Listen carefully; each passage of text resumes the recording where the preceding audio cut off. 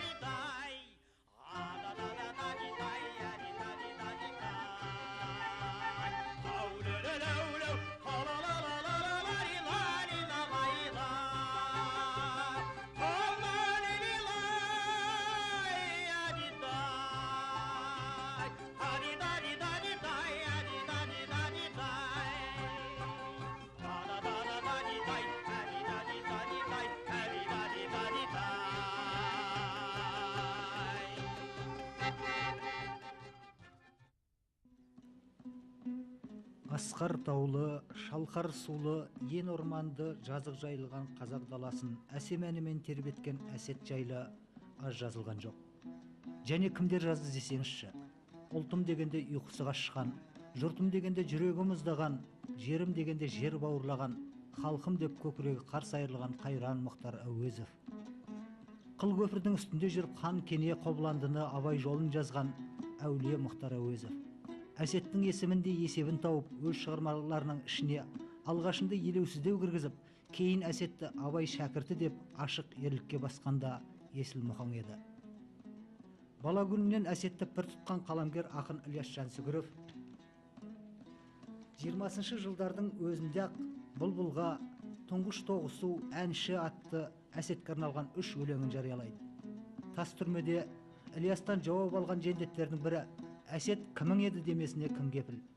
Ақсұңқар ақын Сәкен 1931 жылы шыққан қазақтың ескі әдебиет нұсқалары кітабына Әсетті кіргізген.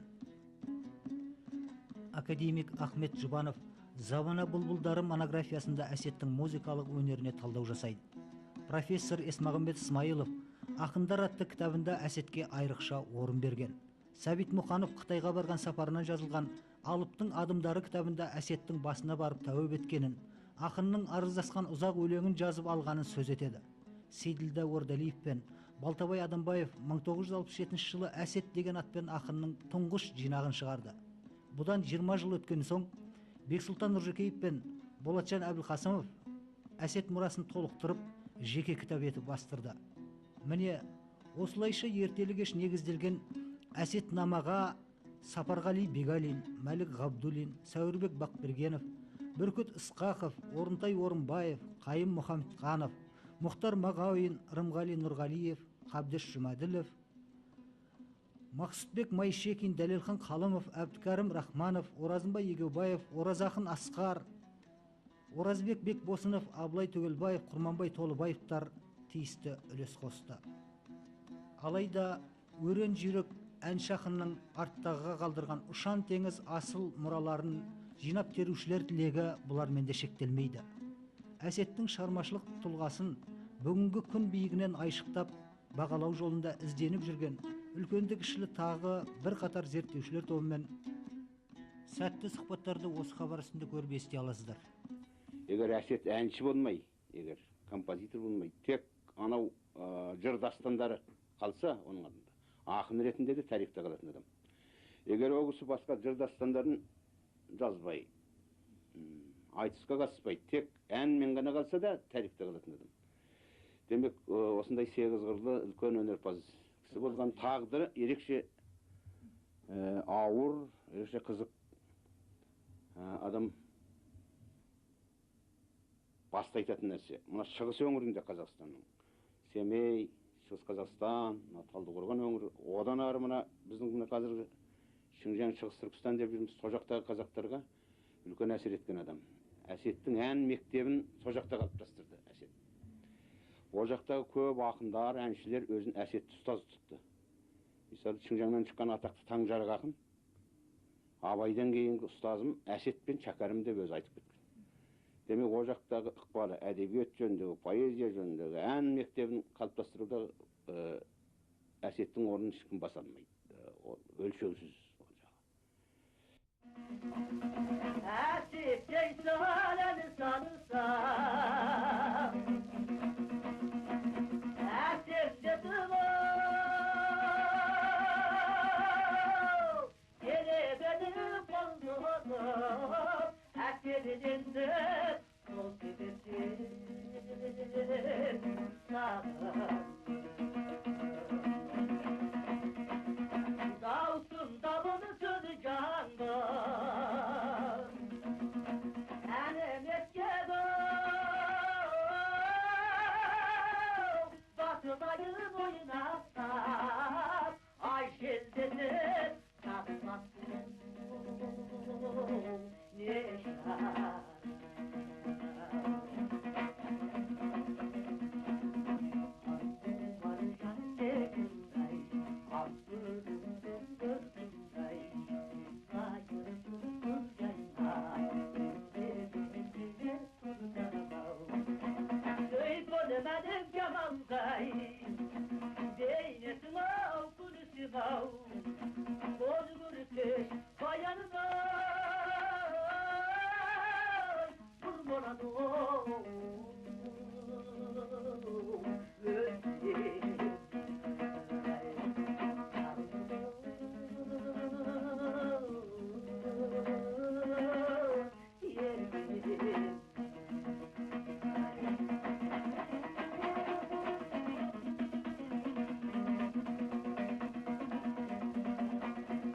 Әсет бұл кешегі Біржан Сал бастаған сал серілердің ең соңғы ірі тұлғасы.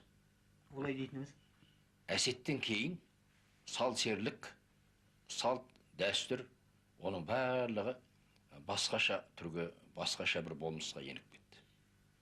Кешегі сал серлік, үлкен мәдениет, қазақтың бүкіл ән мәдениетінің кәдімгі этнографияны, тарихты, біздің мәдениетімізді, өнерімізді жан-жақты байытқан бұл ерекше керемет құбылыс болды ғой.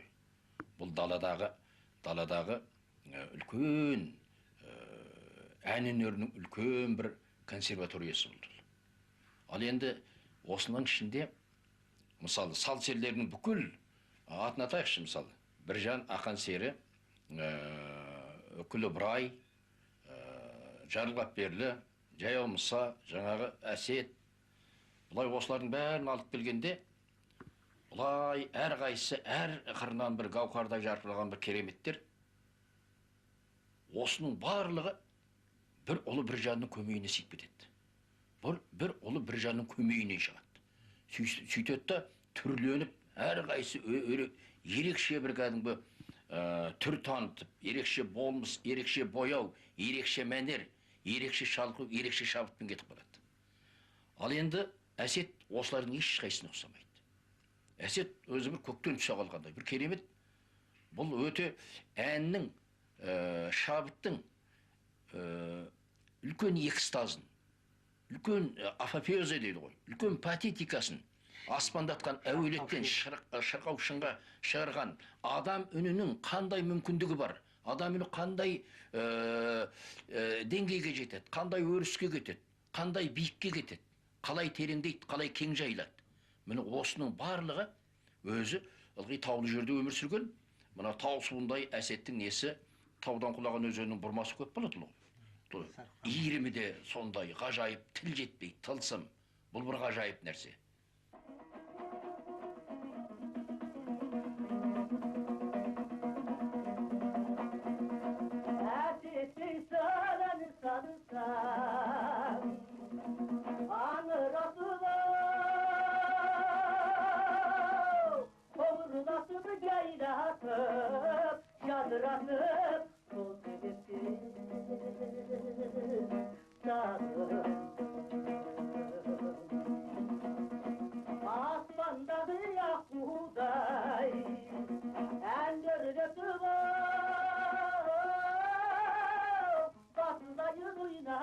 ay şelledim tozunu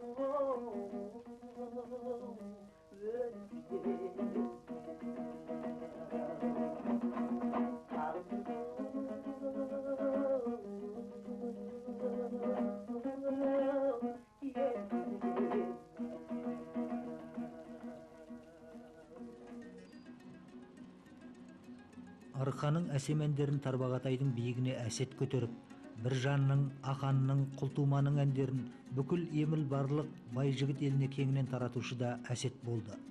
Халық әндерін бабына келтіріп орындайтын әсет Еркемай, Қарагөз сияқты әндер шығарады. Бұл әндер осы аттас ән қорымыздағы үлгілерден басқа болып келеді. Бірақ әннің құрылысы, жалпы сырт кескіні сөзсіз арқаның ән дәстүрінен туған екендігін білдіріп тұрады дейді өнертанушы академик Ахмет Жұбанов. Қай әнін алсаң да, мынау әсеттікі дегендей, әсеттің өзінің бір әншілік мектебін, әншілік класын, әншілік жолын, әншілік мәнерін, дәстүрін жасады. Бұл бүкіл мынау шығыс жағы Семей, Өскемен, одан ары қарай Алтай, Іле, міне осы үлкен байтақ елді.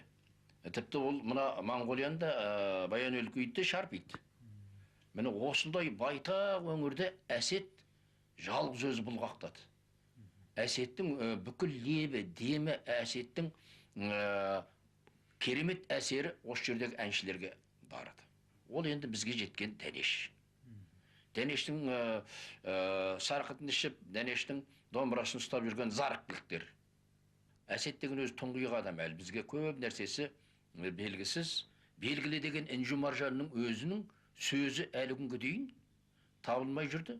Ақырында қайтыс боларынан сәл ғана бұрын маған Дәнеш осы сөз тастап кетті. Ол енді 1001 ән деген жинақты жасап бітіп отырмын соның ішінде. Бұл әйтпесе біз көбінесе Ілияс Жансүгіровтің әуелетіп ән салса ақын әсет деген сөзімен айтып жүрдік. Міне әсеттің орны, әсеттің өзінің бүкіл болмысы, бітімі, сирек табиғаты, ол өзі біздің ән өнерімізді бөлекше тұр. Және сондай жарқын, сондай ашық, және ол өте қайталанбайтын үн бояуы, қайталанбайтын үн бояуы. Мұндай шалқу, мұндай тасу, мұндай әуелек бету, әуелеу деген сөзді керемет айтады. Осы нәрсені, мысалы Естай, от болып көкірегімде қайнайды арман дейді. Ылғи мынау кеудесінде жанып атқан қайғы шерді ылғи от сияқты сезіледі. Міне осындай бір құдіреттер бұлар.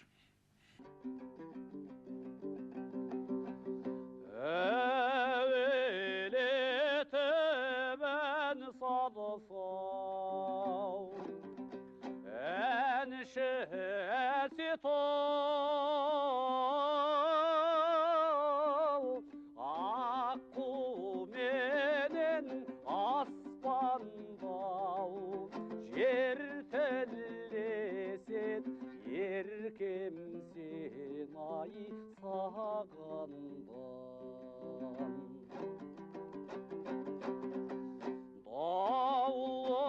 Дауылдатып тұнықтан шыққан дауысы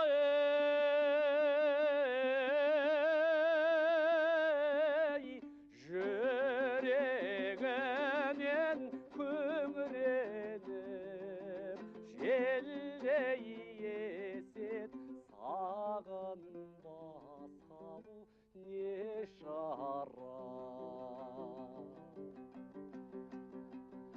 Інжу Маржан секілдай, ал көрейін көркіңдай, гүл майысып гүл жайнап, бір көрінсең еркем ай.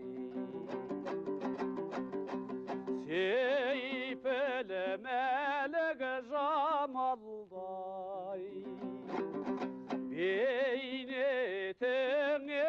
көнсем ай қозы көрпеш баяныдай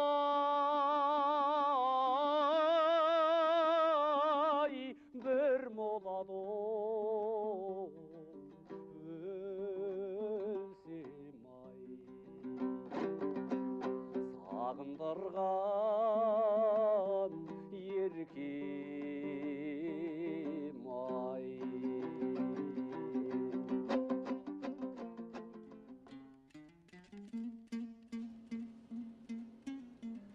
Асқақ әсет әндерінің әсем еріндерін естіп сақтап, ел жүрегіне жеткізушілер қатарына көз салсаңыз, Ғарифолла Құрманғалиев, Қуан Лекеров, Роза Жаманова, Әмина Нұғманова, Бибігүл Төлегенова, Дәнеш Рақышевтар сынды саңлақтар бастаған үлкен толқынды өкшелей қолап, Жәнібек Карменов, Қажыбек Бекбосынов, Қайрат Байбосынов, Бекболат Тілеуханов, Мырзахмет Мұхамановтар сынды серпінді топтың сахнаға шыққанын көресіз. Қазақ елі аман болса, әсет әндерін әсерлеп орындаушы өнерпаздар легінің үзілмейтіні даусыз ақиқат. Жалпы әсеттен қалған ән әуен мұралары жеке жинақ болып 1992 жылы өнер баспасынан жарық көрді. Ілгеріден Ахмет Жұбанов, Затаевич, Ерзакович, Дәнеш Рақышевтардың септігімен нотаға түскен әсет әндерінің қатары мұнда өнертанушылар Қайролла Жүзбасов пен әсіресе Абылай Түгелбаевтың белсенді атсалысуымен толыса түскен. Әсет Найманбайұлының әлі жария болмай, ел ішінде жасырынып қалған бір қанша туындыларының бар екендігі ақиқат. Мен сол кісінің бір қанша халық ішіндегі әндерін және дастандар мен кейбір толғауларын жазып алып кезінде Семейдің Абай атындағы мұражайына табыс еттім. Қазір сол жұртқа толық болмаған шығармаларының бірі қазақ еліміздің шығу тегі жайлы жазған туындысының бірі Ақмарқа. 19 ұлт түріктен таралған біз, таусуынан тасқындай нәр алған біз Ақмарқа. Адам ата Хауана екеуінің мейірінен ләззаттай жаралған біз Ақмарқа. Айналайын Ақмарқа, саған өкпем жоқ қалға, ән шырқаттың айтулай көңілден сызаттарға. Әсет бабамыздың әрбір дастанына өзі ән жазып отырған. Міне соның бірі Ағашат дастанын 5 әнмен айтатындығы жөнінде былай дейді. Бұл Ағашаттың бірінші әні. Әсет Үнән мен күйге болған құмар, аспандап ән çalғысам көңлім тұнар. Халқымның ардақтаған әлпештеген саңлағу сарыарқаның мен бір шынар.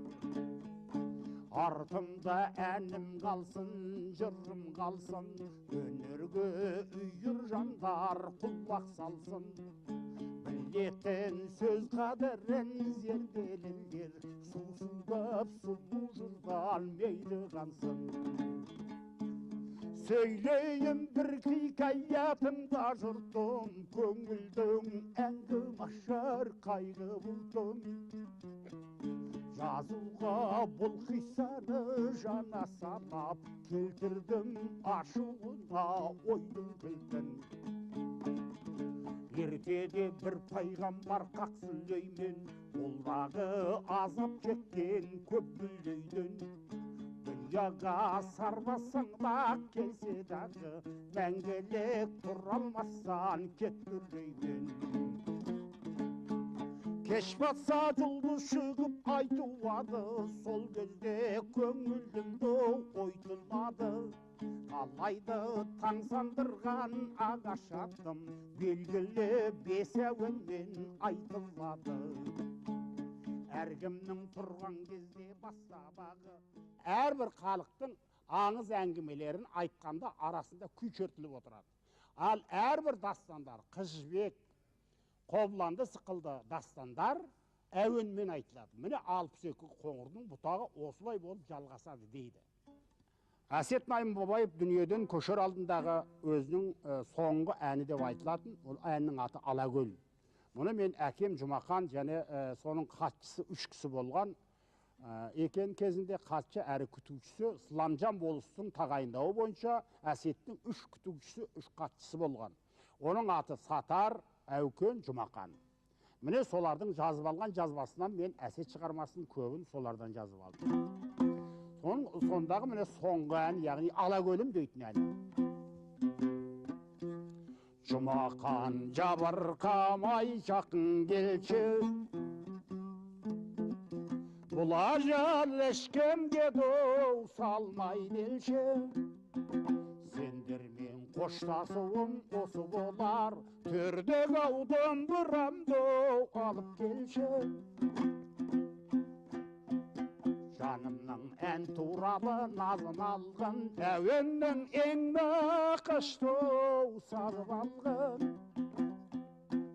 Көгемнің керуен күйі тоқтар болды, жігіттер өлеңімді жазып алғын. Ал дарияқы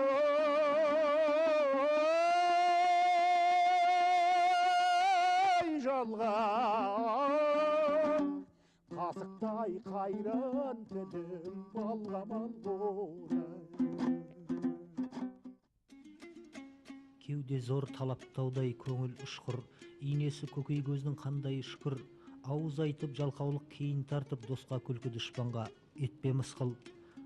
Айтқаныңды ақылмен құптайтұғын, құдая пейіл түзу жарға түсқыл, қасшауың бойыңдағы залым нәпсің, ер болсаң тілін алмай соған күш қыл.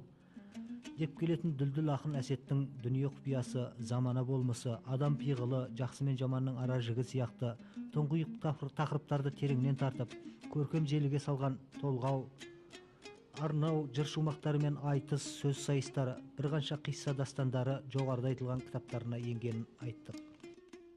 Қазақ әдебиетіне қатысты қай мәселеде де көсемдік көрегендік таныта білген Мұхтар Әуезов сонау 30-шы жылдардың үстіндегі бір сөзінде ақындық ерекше үлгілері Абаймен аса жақын түйісіп отыратын тағы бір белгілі ақын Әсет болатын.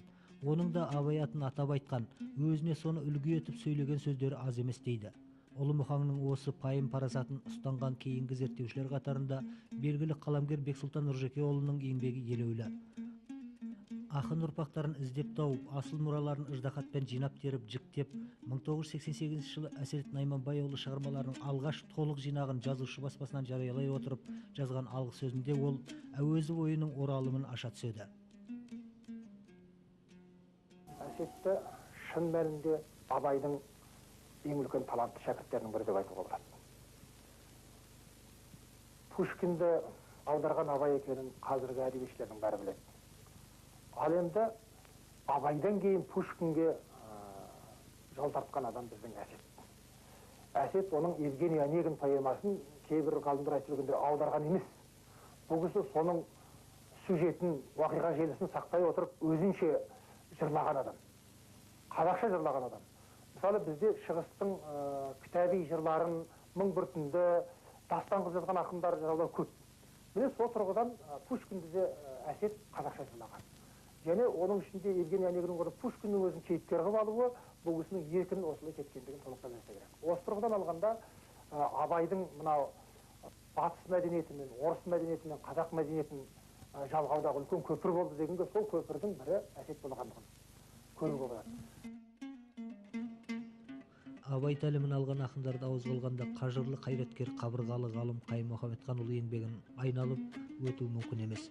Соңғы жылдар жүзінде ғана жарыққа шыққан көп кітапты зерттеу еңбегінде ол Әсет әуелде суырып салып, қолма-қол айтатын айтыс ақындарының салтын ұстаса, кейін ақындық өнерде Абайды ұстаз етіп, көбінесе қаламға ауысады. Алайда Әсет қалам алып жазуға көшумен бірге өзінің импровизаторлық дәстүрінде тастамайды деп, ауыз әдебиеті мен жазба әдебиетінің тізгінін тең ұстаған өрен жүйріктің өзгеге ұқсамайтын өзіндік болмысының бір тамырын тап басып таныта келіп, одан әрі өлеңнің іші алтын, сырты күміс, яғни терең мазмұнға, көркемдік түрі сай келуі қажет деген Абайдың ақынға қоятын шартын, эстетика қағидасын Әсет әрқашан берік сақтайды деп білімпаз зерттеуші Қайым Мұхамедханұлы Әсет Абай байланыс арнасын кеңейтіп, байыппен байыта түседі.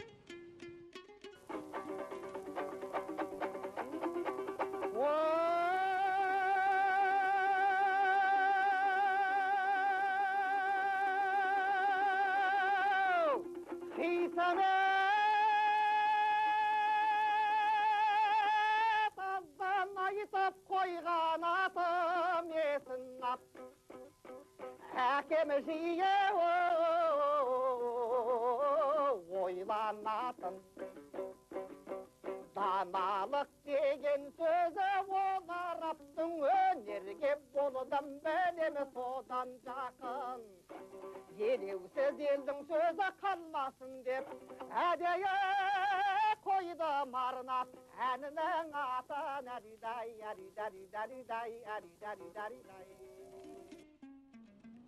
Әсетке қатысты қызықты бір әңгіме желісі оның өз бейнесі бедерленген жалғызтал фотосуреті тарихнамасы төңірегінде өрбиді.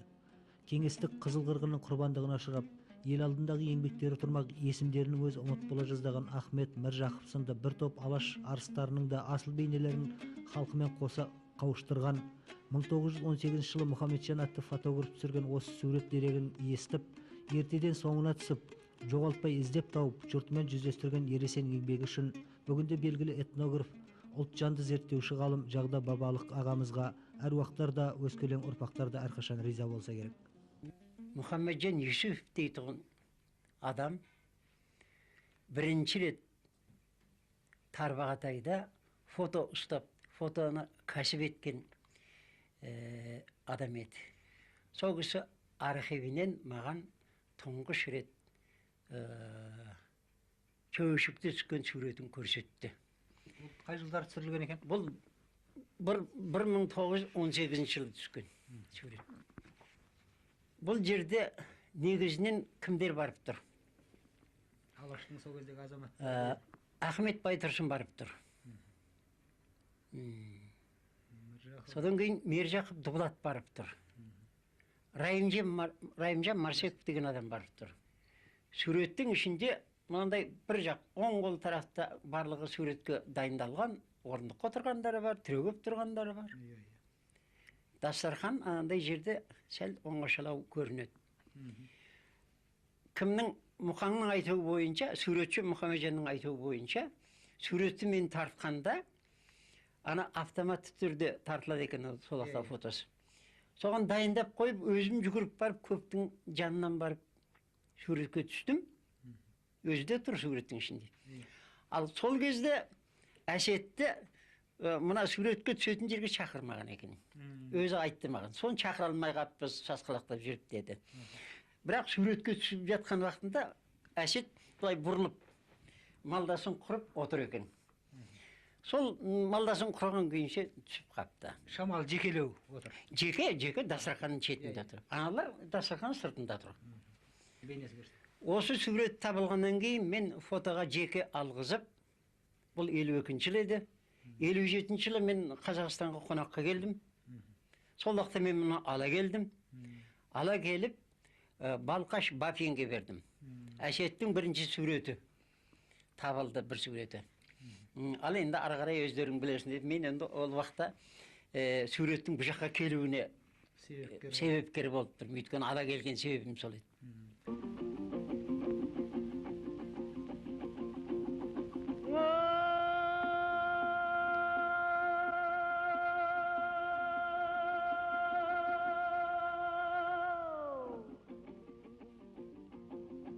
Ассалаумағалейкем, нар кемпір бой, науқасқа шипа берсін патша құдай. Аспанға айналышқан ақ сұңқарым тез келіп жайған торғауы болсын мұндай. Науқасың меңдеу тартты дегенмен соң жыладым бәй сайтып үш күнідай. Даусымдай, танимысың атым Әсет, мен келдім әдей іздеп шынымен жауап қатпай кетсенің бе алашқа уатың шыққан қыраным ай гигай гигай гигай гигай гигай гигай гигай гигай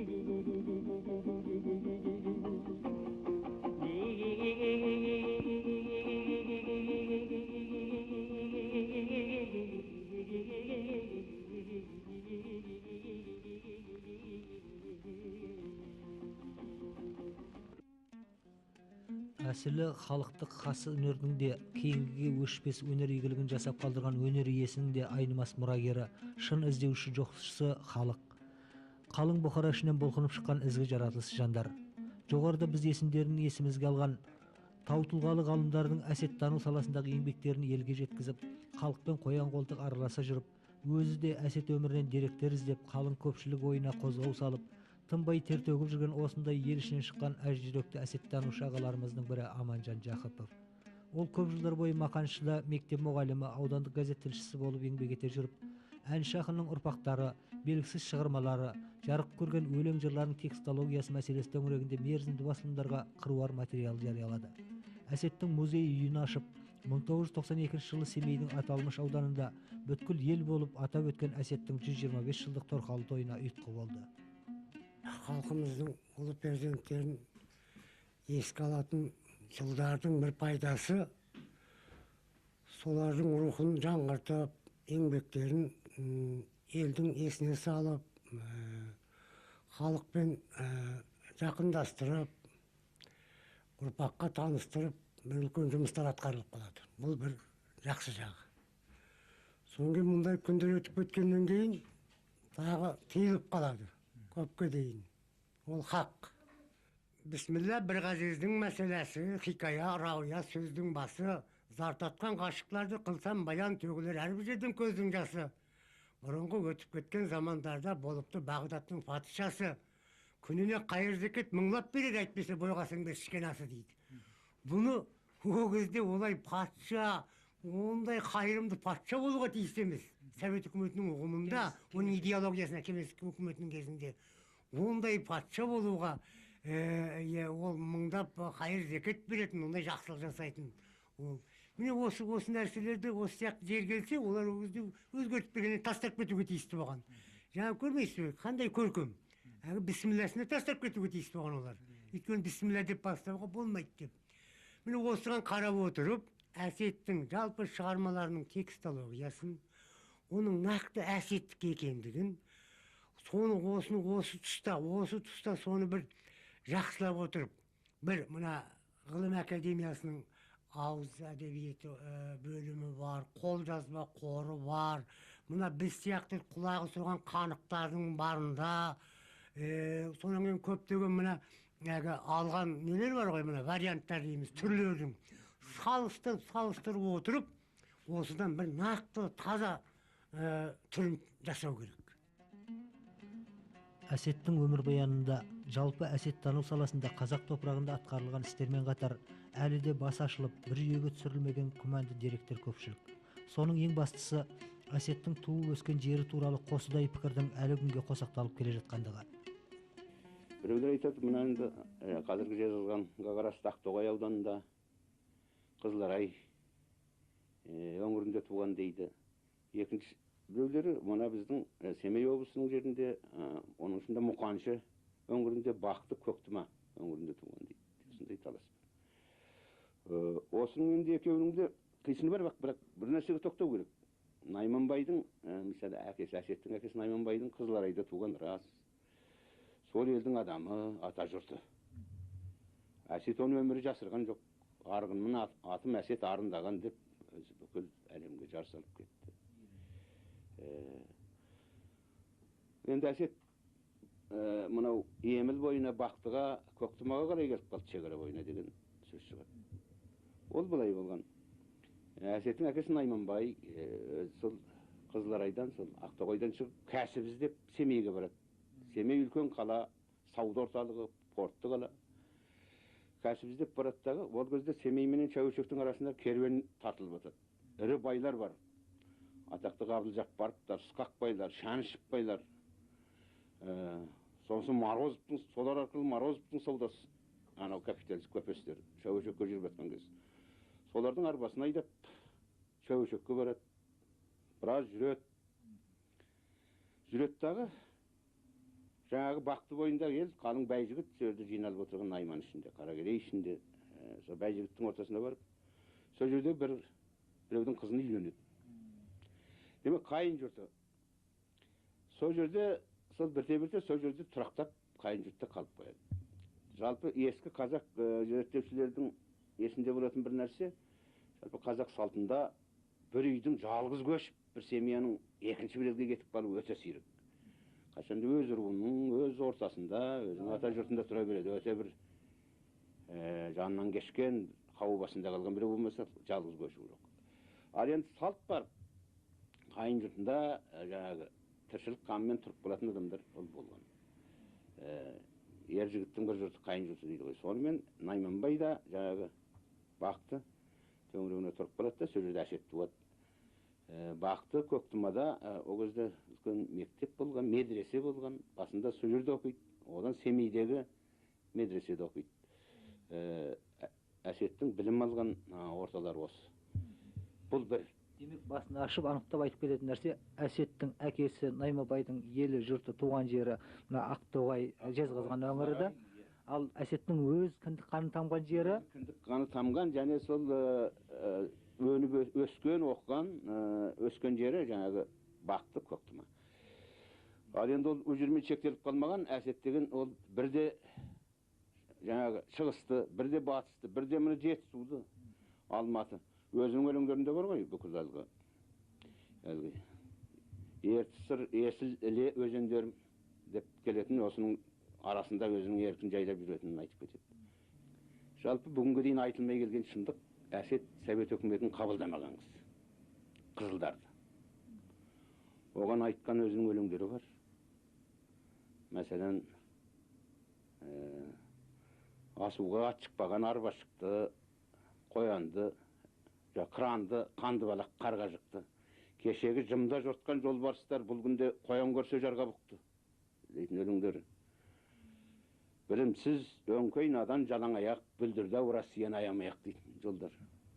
Демек, оның Совет өкіметін жалпы Қызылдарды, большевиктерді қабылдамағанын көрсетеді. Сол бойынша бұрын шекарада тұрған адам бер жақта. Кейін 17-18 жылдар ары қарай көшіп. Оғысыға көшіп қиын болмаған, өзің бұрын талай барып, талай жортып жүрген жерлері ары қарай қоныс аударған. Ал енді Чәуешекте ол жақта неге тұра алмады деген мәселе бар. 20-шы жылы Чәуешекте қызыл әскерлер кірді, Совет. Ақтарды қуып барып. Қызыл әскердің артынан жаңағы нелер бар. ГПУ сол кездегі.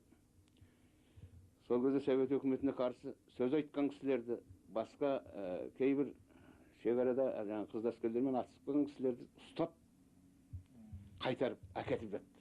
Кейбіреуін ұрлап әкетті, кейбіреулерін ашып әкетті. Міне осы тұста Әсет өзі қауіпсініп, Чәуешек маңайына, жалпы Тарбатай маңайына жолай алмай, бой тасалап бұға тура келді. Содан сол 22-23 жылы Құлжа жақта жүріп, 23 жылы жазда қайтыс болады. Міне осы нәрсені қазір енді бұдан кейін жасырмай айтатын уақыт жетті.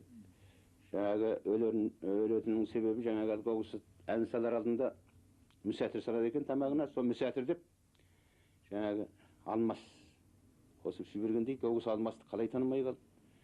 Мен ойлаймын кейбір, тіпті соның соңынан түскен нелер сол алмасты әдейі берді ме деген болжам бұл енді. Әзірше анықталмаған нәрсе, менің бір ойым айтады. Әсет мұраларының зерттеліп игерілуі, қалың ел игілігіне айналып насихатталу бағытында атқарылар ауқымды істер әлі алда. Бүкіл Жетісу, Іле, Алтай, Тарбағатай елдері табынған Әсет өнерінің қасиеті ұлы. Қазақ өнері Әсеттің ақындық, ән шығарушылық, орындаушылық қабілетін жан-жақты игеру арқылы алтын гүліне ие болады дейді Әсет өмірі туралы кітап жазушы Құрманбай Толыбаев. Қанша уақыт өтсе де қазақ өнері әлемінің алтын гүлі Әсеттің әсем мұрасын әрбір ұрпақ аялап, асқақтата берері күмәнсіз.